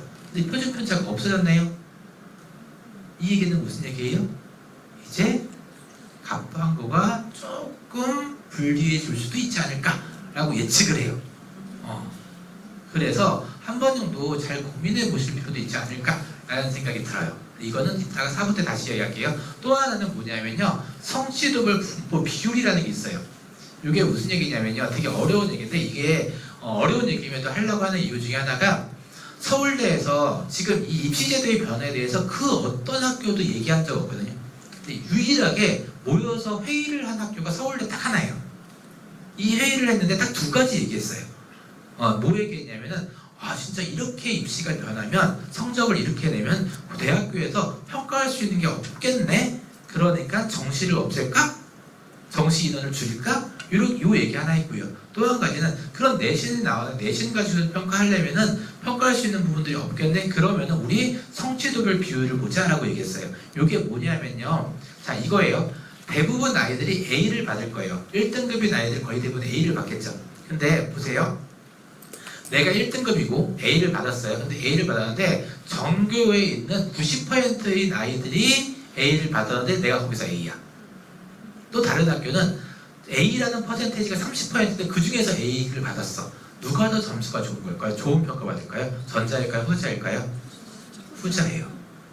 자, 이제는 저는 제가 이 부분에 대해서 굉장히 고민을 많이 하고 제가 이제 대학교에 있다 보니까 대학교의 교수님들하고 이야기하면서 정보를 많이 얻다 보니까 저희 학교 선생님들한테는 우리 고등학교 준비를 할 때 중학교 애들 받을 때부터 준비를 해야 되니까 내년부터는 이 퍼센테이지를 어떻게든지 분포시키자 라고 얘기했어요. 즉 무슨 얘기냐, 퍼주기식의 A가 많을 경우에는 어떻게 돼요? 상위권 아이들이, 즉 건대 이상을 간 아이들이 불리해 줄 수도 있다는 얘기죠. 자, 그래서 고등학교에서 지금 그 고민을 하는 학교가 있을지 없을지는 모르겠지만 이제 무조건 A, B, C에 대한 분포를 퍼뜨려야 된다 라는 거고요. 요거를 지금 중상학번님들은 좀 확인하기 힘드실 거예요. 근데 확인할 수 있는 유일한 방법은 뭐냐면 학교알림이에 가시면 고등학교 다 검색 가능하잖아요. 고등학교 가시면은 고등학교의 성취도 분포 확인할 수 있거든요. 거기서 요 퍼센테이지가 어느 정도 보여요. 그래서 학교알림에서 고등학교 선택하실 때 한번 성취도별 비율을 보실 필요는 있지 않을까 라는 생각이 듭니다. 자, 이게 서울대에서 이야기한 유일한 이야기예요. 그래서 두 가지 바뀐 게 표준 편차 없어지고 성취도별 비율을 입시에 반영하겠다, 성적표에 나오겠다 라고 변화되고 있습니다. 빨리 갈게요. 자, 이제 제일 중요한 얘기인데요. 이 얘기 하려고 좀 돌아온 것 같은데, 자, 밑에 있는 게 고등학교의 등급이고요. 자, 위에 있는 게 지금 중학교의 등급이에요. 쉽게 얘기해서 우리 건대 가려면 지금 4% 7% 앞에서 요 라인만 있으면 건대 갔었고요. 자, 요 라인을 선을 쭉 그어서 올리면 지금 중학교 애들은 몇 등급 받아야지 건대 갈 수 있는 거예요? 1등급이에요. 자, 그래서 똑같은 표현인데 억양이 좀 다른데요. 지금 고등학교 아이들은 어떻게든지 1등급을 받는 싸움이라고 한다면 중학교 아이들은 어떻게 해서든지 2등급을 안 받는 싸움입니다. 이게 되게 달라요. 자, 무슨 얘기냐면요.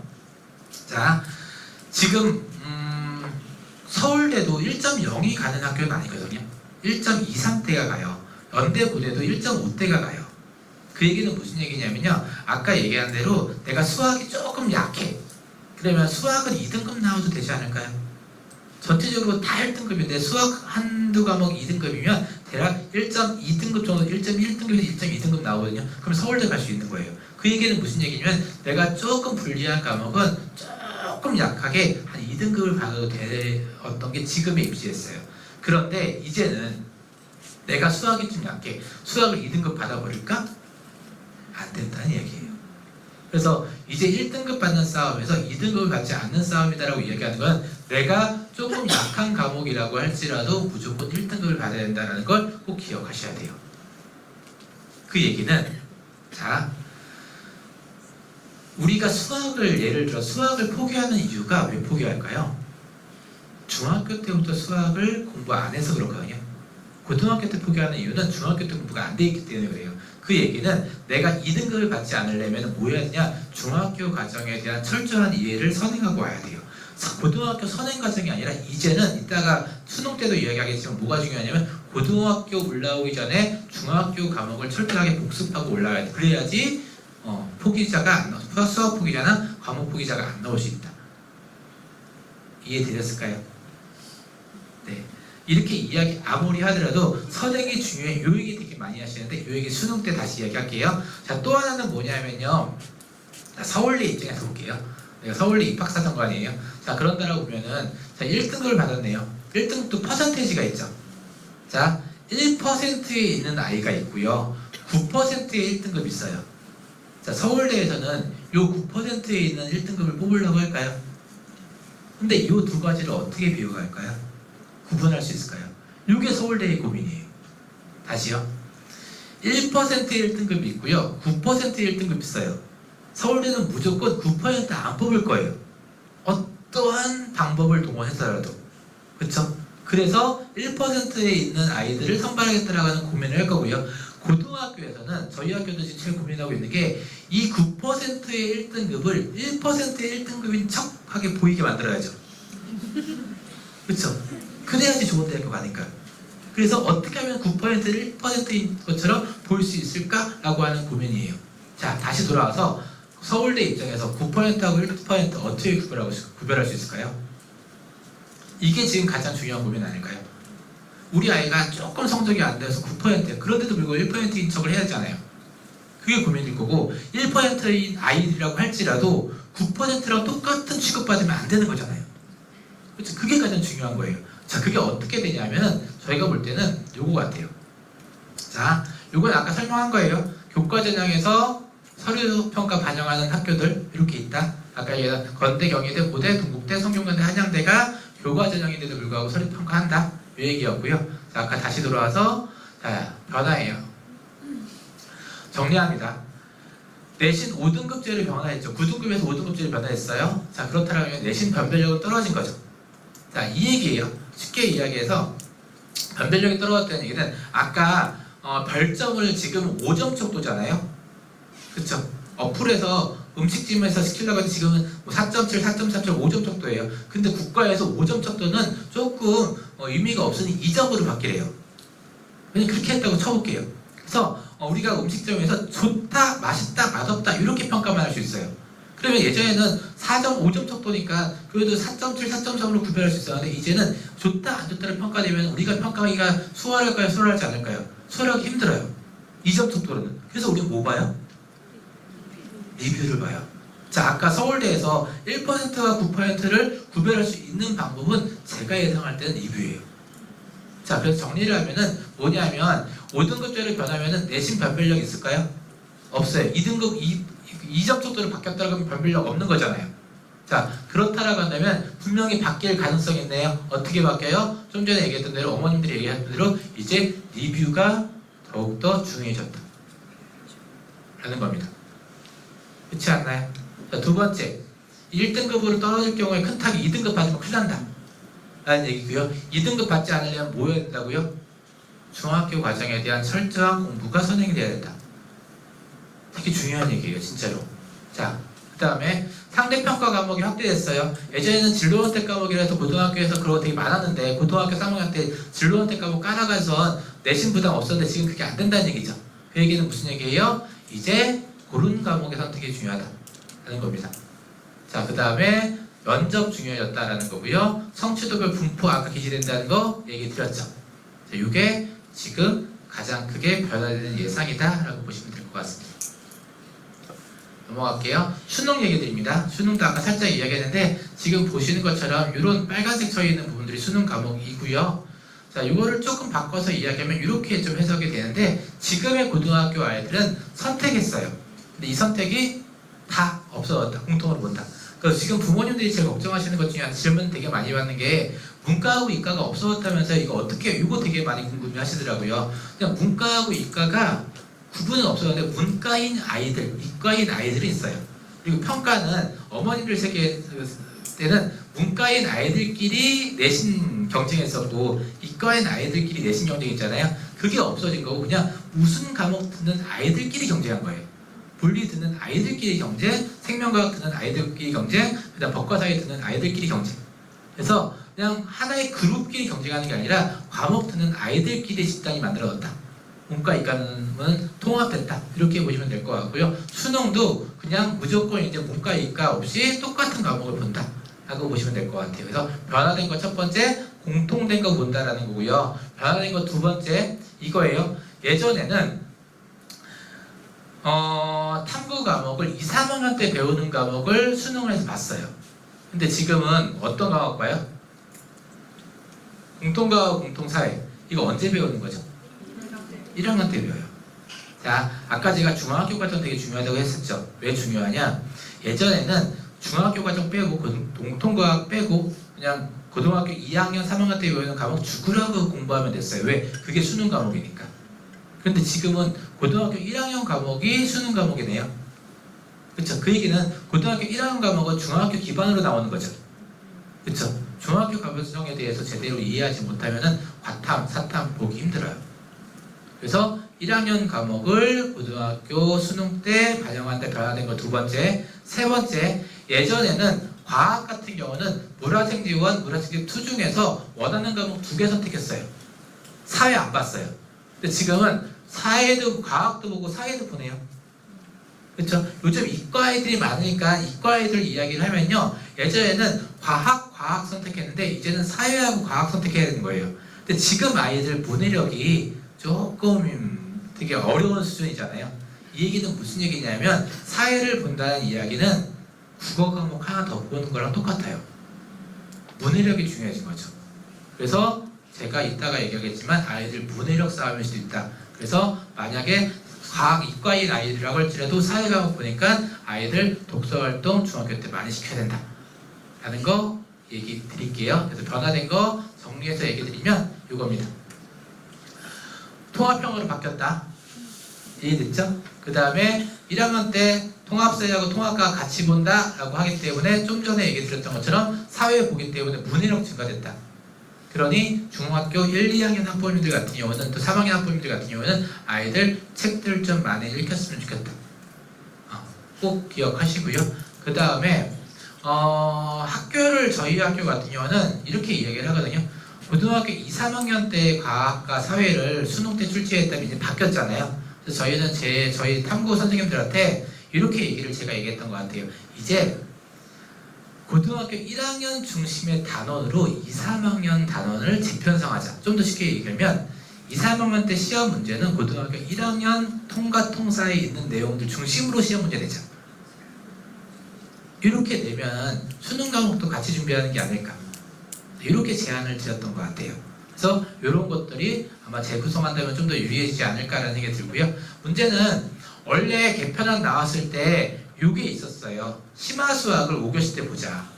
그래서 자연계 아이들, 상위권 아이들 구별하자라고 이야기했던 것 같아요. 근데 이게 없어졌습니다. 이 얘기는 무슨 얘기냐면 자연계의 최상위권을 구별할 수 있는 방법이 이제 없어진 거죠. 그런데 서울대는 최상위권 아이들 구별하고 싶어 하잖아요. 어떻게 구별할까요? 리뷰를 본다는 얘기예요. 그래서 리뷰 본다라는 거고요. 이거 정리하면은 아까 얘기했던 것처럼 정시에서 리뷰 보는 대학들이다 라고 보시면 될 것 같습니다. 자, 요거는 시간 관계상 빨리 이야기를 좀 해볼까요? 그럼 리뷰에서 평가되어지는 게 뭐냐라는 거죠. 자, 우리 쉽게 얘기해서 가장 많이 질문 나와서 그냥 좀 논외로 가져온 슬라이드인데요. 자, 우리 질문 중에 하나가 선생님 그러면 어떻게 생기고 잘 써요? 이런 평가 얘기 되게 많이 해요. 자, 그 얘기는 반문하면 돼요. 어떻게 하면 리뷰를 많이 쓰게 만들 수 있을까요? 맛있으면 돼요. 그렇죠? 되게 간단해요. 맛있으면 돼요. 아이들이 맛있을 생각은 안 하면서 생기부를 잘 쓰겠다라고 얘기하는 게 좀 잘못된 거죠. 자, 그게 첫 번째고요. 두 번째는 대부분이 리뷰도 솔직히 체크리스트가 있어요. 우리 부모님들이 학생부 종합전형을 싫어하는 이유 중에 하나가 깜깜이 전형이라고 생각하시는데 생각보다 이런 체크리스트가 있습니다. 이 체크리스트에 맞춰서 준비하세요. 우리 어떤 시험을 보든 간에 무조건 시험 범위 알고 준비하잖아요. 우리 시험 범위 밖에 있는 거 괜히 공부하면 시간 낭비잖아요. 자, 그런데 시험 범위가 있다 라고 보시면 될 것 같고요. 또 다른 세 번째는 뭐냐면요. 자, 예전에 굉장히 생기부를 많이 썼었는데 요즘에 좀 줄어들었어요. 줄어든 것 중에 하나가 독서활동 없어졌고요. 봉사활동, 외부 봉사활동 없어졌고요. 그 다음에 자율동아리 없어졌어요. 요 세 가지가 없어진 공통점이 있거든요. 뭘까요? 독서, 외부 봉사, 자율동아리. 이 세 가지가 공통점이 뭐냐면 교사한테 관찰당하지 못하는 거예요. 이 얘기는 생기부를 잘 써야 된다는 이야기는 좀 죄송해요. 시간이 없어서 좀 직설적으로 얘기하면 교사한테 관찰 당해야 돼요. 좀 더 쉽게 얘기하면 관종이 돼야 돼요. 그래서 선생님 앞에서 활동해야 돼요. 근데 선생님 앞에서 활동 안 하고 선생님 뒤에서 활동하면 선생님이 생기부를 적을 수 있을까요? 없을까요? 못 적어요. 우리 아이들 아까 맛있으려고 노력도 안 하지만 선생님 앞에서 활동하지 않으려고도 해요. 그러다 보니까 생기부가 잘 안 나오더라고요. 그래서 제가 이따가 자료 드리면서 제가 생기부 강의만 또 2시간짜리 따로 하거든요. 그 자료 그냥 PDF로 드릴게요. 근데 그걸 압축하면 이거예요. 대부분의 학교에서 학부모님들이 선생님들이 잘못해 이 학교가 잘못되다 보니까 생기부가 안 좋다라고 얘기하시는데 제가 생기부에 대한 책을 쓰면서 한 1,500명 넘는 상위권 아이들의 생기부를 분석해 본 결과 개인적인 뇌피셜이긴 하지만 제 생각에는 생기부가 잘못했다라고 하면은 책임이 3대 7이더라고요. 3은 선생님들 잘못, 학교 잘못이고요. 애들이 계속 어필했음에도 불구하고 안 적어주던가 선생님이 아이들이 무슨 보고서를 냈음에도 불구하고 보고서를 안 써주는 게 선생님들의 잘못이라고 한다면 7은 누구 잘못이냐면 아이들 잘못이에요. 맛있으려고 노력하지도 않고 관종이 되려고도 안 해요.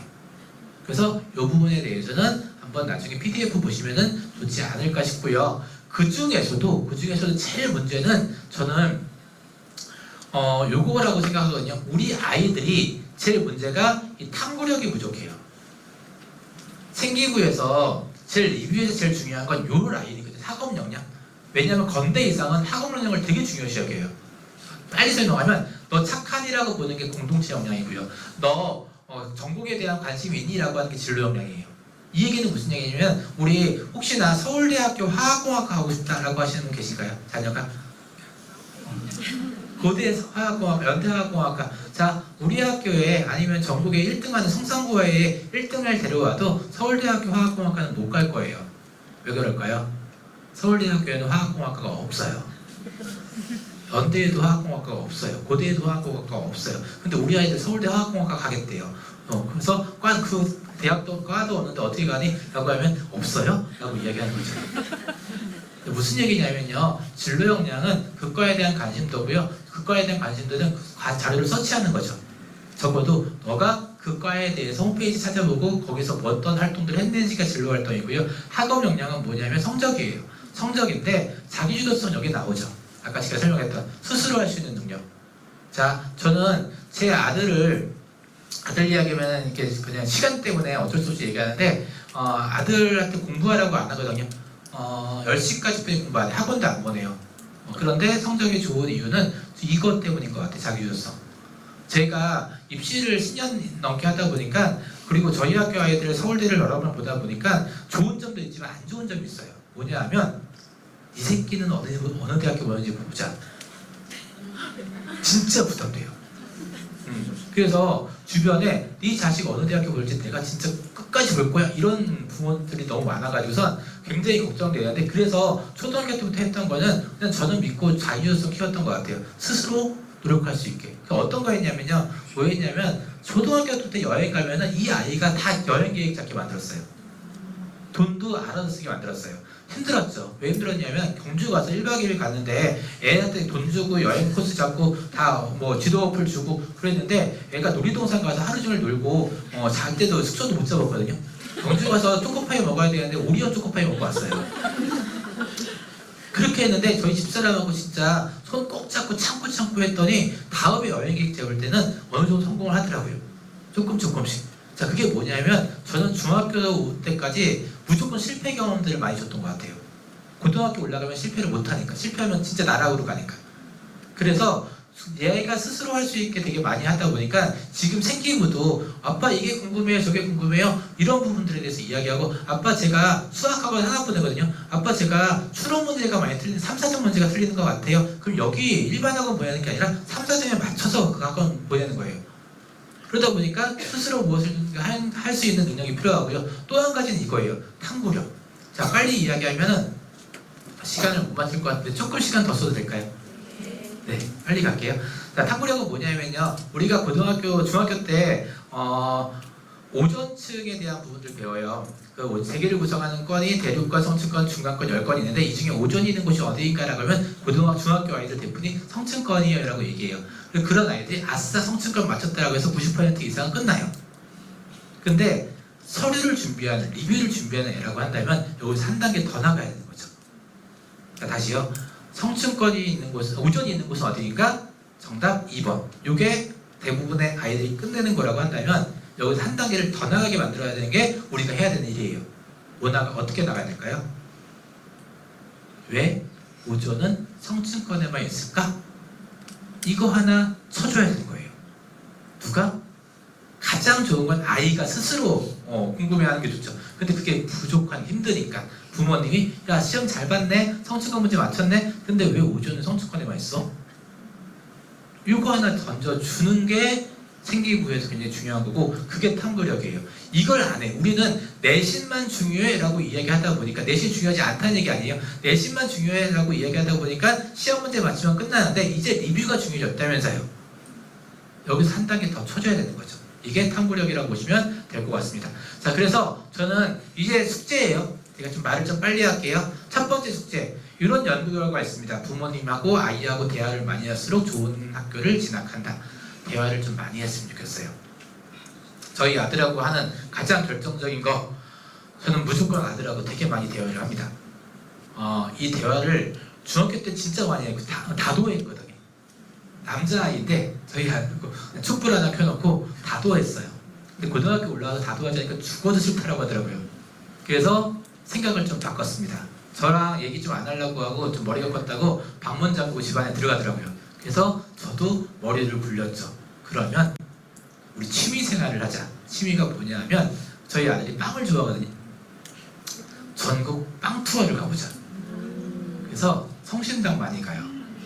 성심당을 제가 2년 전에 몸이 좀 안 좋아서 공황장애가 왔는데 그럼에도 불구하고 차를 가지고서 아이들하고 빵 투어를 많이 갑니다. 왜 갈까요? 빵 먹고 싶어서? 아니요. 아이가 집에 있으면 방문 잡고 가니까 차에 태워서 가둬요.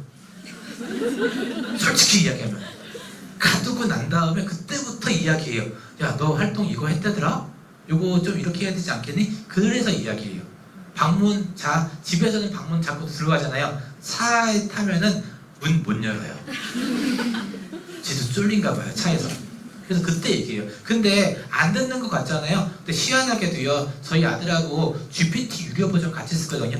비싸다 보니까 같이 써요, 같은 그 아이디로. 그런데 제가 질문했던 거, 제가 뭐라고 얘기했던 거, 시간이 지나서 GPT에 보면은 그 질문 목록이 보여요, 히스토리가. 근데 걔가 질문했더라고요.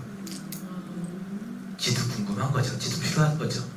그래서 부모님하고 이런 대화를 좀 많이 하다 보면 이런 거 오존증 쳐주고, 야, 아까 화공생물공학부에서는 물리 베이스더라, 연료전지 공부한다더라 라고 쳐주면은 지도 공부하면은 적겠죠. 그래서 중요한 거는 이거예요. 저는 아이들한테 지금 이제 돌려서 얘기하는데 그냥 쉽게 표현하면은 아이들을 그 학과의 덕후를 만들어줘야 돼요. 그래서 진짜 아이들한테 뭐 이렇게 BTS 아미를 만들고 싶다라고 한다면 BTS 노래 계속 틀어주면 되는 거예요. 근데 BTS에 회원 가입을 시켜주는 게 아니라 그건 너무 자기주도적이지 않잖아요. 그냥 집에서 계속 BTS 노래 틀어다 보면 좋으면은 가입하겠죠. 그래서 부모님이 하셔야 될 거는 계속 그런 정보를 제공해 줘야 된다. 첫 번째 이야기고요. 두 번째는 아까 이야기 드렸던 것처럼 숙제 두 번째 진로 선택하고 오셔야 됩니다. 그래서 제발 부탁인데요, 진짜 중학교에서 어마무시한 활동 하거든요. 강사 초청도 하고요, 무슨 프로그램도 하고요, 그 다음에 검사도 되게 많이 해요. 꼭 한번 보세요. 저도 예전에 고등학교 어렴풋한 기억으로 고등학교 때 검사했는데 수학 선생님 꿈이었는데 검사했는데 농업 나왔어요. 그래서 그거 찢어버렸던 기억이 있거든요. 너무 충격적이었어요. 근데 고등학교 교사 되고 난 다음에 어느 순간 정신 차리고 보니까 텃밭을 갖고 있더라고요. 풀리진 않아요. 그래서 한번 이런 검사들 한번 확인해 보시고 이 검사를 통해서 1순위에 나온 걸 우리 아이의 직업이라고 생각하고 난 다음에 뭐예요? 관련된 정보들 계속 제공해 주세요. 그리고 그럼에도 불구하고 아니다 싶으면 어떻게 돼요? 2순위 거 가져오면 돼요. 근데 나중에 결정할 거예요. 나중에 결정할 거예요. 절대 아니에요. 저는 진로는 동대문 두타에서 나에게 맞는 옷을 사는 거랑 똑같다라고 보거든요. 어떻게 해야 될까요? 입어봐야 돼요. 입고 아니면은 거울 보고 아니면은 그때부터 요거는 그냥 아예 제외를 시켜버리는 거죠. 그렇게 해서 진로 결정하는데 중요 사항은 딱 한 가지예요. 현실 가능한. 여기서 현실 가능한 건 성적에 대한 부분들이 있지만 또 한 가지는 저희 학교 아이들 중에서 의대 가겠다는 애들이 입학하면 3분의 1이에요. 200명 중에서 60명이 의대를 간다고 해요. 좋습니다. 꿈은 크면 좋으니까. 그런데 그 의대 가겠다는 애들 동아리 가입해서 지렁이 해부를 시켰더니 1시간 동안 기절했어요. 가능할까요, 그 아이가? 안 돼요. 부모님의 욕심은 이해하지만은 그럼에도 불구하고 아이들 정확히 성격 봐서 진로 결정했으면 좋겠다는 부분이고요. 자, 그 다음에 이거 진로 바뀌면 될까요? 된다라고 고등학교, 대학교에서는 얘기해요. 근데 불리합니다. 안 바뀌는 게 좋다. 그리고 지금 같은 경우는 학기제로 바뀌면서 어떻게 돼요? 이제 1학년 4월 때부터 중요해졌다 라고 하니까 안 바뀌는 게 좋다 라는 부분들 말씀드리고요. 자, 세 번째, 학과 공부 많이 했으면 좋겠다라고 아까 말씀드렸죠. 그래서 학과 공부할 때 제일 좋은 거는 이런 학생부 대학교에서 나온 자료들 많이 보세요. 숙제입니다. 대학교에서 나온 학생부 종합 가이드북, 그 다음에 전공 가이드북 이런 거 많이 보시면 될 것 같아요. 그랬더니 이거 찍지 마시고요. 이거 찍으시면 될 것 같아요. 그랬더니 안 보시더라고요. 그래서 그냥 제가 이렇게 다 만들어놨어요. 모든 대학교에 클릭만 하면 전공 가이드북하고 학생부 종합전형 가이드북 볼 수 있게 딱 마련했습니다. 그래서 요거 클릭하여서요, 내가 필요한 대학교 쭉 보세요. 전공 가이드 보잖아요. 전공에 관련돼서 정말 자세하게 나와 있고요. 여기에 우리 학과에 무슨 과에 올려면은 고등학교 때 무슨 과목 이수했으면 좋겠어 라는 것도 나와요. 부모님들 고교 학점제 때 어떤 과목 들어야 될지 되게 고민 많으시잖아요. 지금 자료 안 나왔거든요. 그런데 좀 있으면 대학교에서 우리 과에 올리면 이 과목 들었으면 좋겠어 자세하게 안내할 겁니다. 그러니까 걱정하지 마시고 요 자료 보시고요. 우리 과는 이런 거 배워요. 어떤 거 취업해요 라는 것도 나옵니다. 그거 보시면서 이런 거에 대해서 준비할 수 있게 도와주시고, 건대 같은 경우는 보시면은 면접 문항, 보상 면접 문항 나와요. 고등학교 1학년, 2학년 때 이게 왜 면접 문항이 필요하냐? 면접 문항이 생기부의 소재예요. 경영학과 가려고 하면은 ESG에 대해서 물어봤다라고 하면 지속가능 경영에 대해서 생기부에 있어야 된다는 얘기는 거죠. 그래서 보시면 좋다라는 부분이고요. 또 한 가지는 아롤이라고 하는 사이트예요. 요거 나중에 한번 보시는데, 서울대학교에 다니는 아이들 생기부 보고 싶지 않으세요? 그렇죠? 다른 학교 생기부 보는 건 솔직히 어렵거든요. 유일하게 합법적으로 볼 수 있는 게 서울대학교 아롤이라고 하는 사이트입니다. 서울대학교 아롤이를 가면요, 이게 어제까지는 잘 안 됐는데 살짝만 볼게요. 네이버에서 다음에 서울대학교 아롤이 검색하시면요, 이렇게 나오는데요. 자, 학생부 종합전형에 나도 입학사정관 들어가면 각 과마다 각 학년별로 이렇게 3개 과가 있어요. 그래서 저는 심리학과 추천드려요. 심리학과를 보려고 하는 이유가 서울대에서 심리학과 독서를 어떻게 하면은 아이들 생기부랑 연결시킬 수 있을까라고 하는 모범 답안을 보여줬어요. 그래서 아예 대놓고 힘줘서 만든 것 같아요. 그래서 독서 활동에 대한 부분들을 나왔으니까 한번 꼭 보시고요. 보시면 A, B, C 학생이 있어요. A 학생이 했던 활동, B 학생이 했던 활동, C 학생이 했던 활동 보시면서 세 분이서 아버님, 아이하고 같이 내기 한번 해보시면, 설거지 내기 한번 해보시면 좋을 것 같아요. 어떤 내기? A, B, C 중에서 누가 더 점수 좋을까? 여기 결과보기 나오면은 누르면 결과 나오거든요. 그래서 결과보기 딱 눌러서 누가 점수 높은지 보시면은 아마 생기부를 보는 시야가 조금 더 좋아지지 않을까라는 생각이 듭니다. 자, 마지막인데요. 혹시 특목고 이야기는 개인적으로는 그냥 질문으로 받았으면 좋겠고요. 정리입니다. 오늘 마지막 정리인데요. 부모님들한테 해야 될 숙제, 진로 선택 중학교 때 진짜 많이 고민했으면 좋겠다.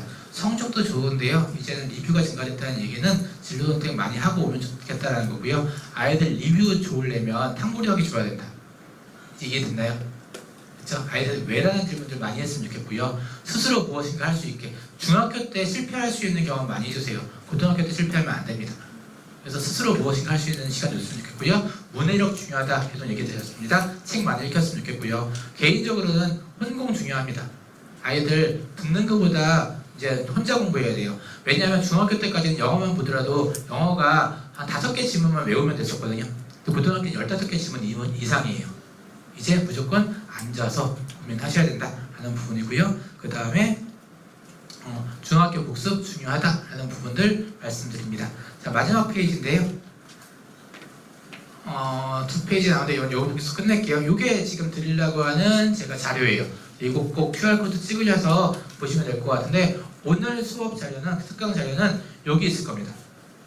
여기 있을 거니까 요거 보시면 PDF 확인할 수 있을 거고요. 제가 아까 드리려고 했던 각 학과에 대한 부분 있잖아요. 학과 클릭하면 바로 전공 가이드북하고 볼 수 있다라고 하는 거는 중학교 대상 자료 그 바로 옆에 보면은 아마 선행학습 영역평가랑 학생부 종합전형 가이드북 그 표가 PDF로 있을 겁니다. 그래서 왼쪽 보시면 될 거, 오른쪽 보시면 될 것 같고, 그 다음에 고교학점의 선택 과목, 학생부 잘 만드는 방법, 종합전형에서 좋은 점수 받을 수 있는 방법, 특강 자료니까 PDF 보시면은 좋지 않을까라는 생각이 듭니다. 다음 페이지는 그냥 인사하는 페이지인데 사진 찍으셔야 되니까 여기서 마치도록 하겠습니다. 네, 이상 강의 마치도록 하겠습니다. 감사합니다.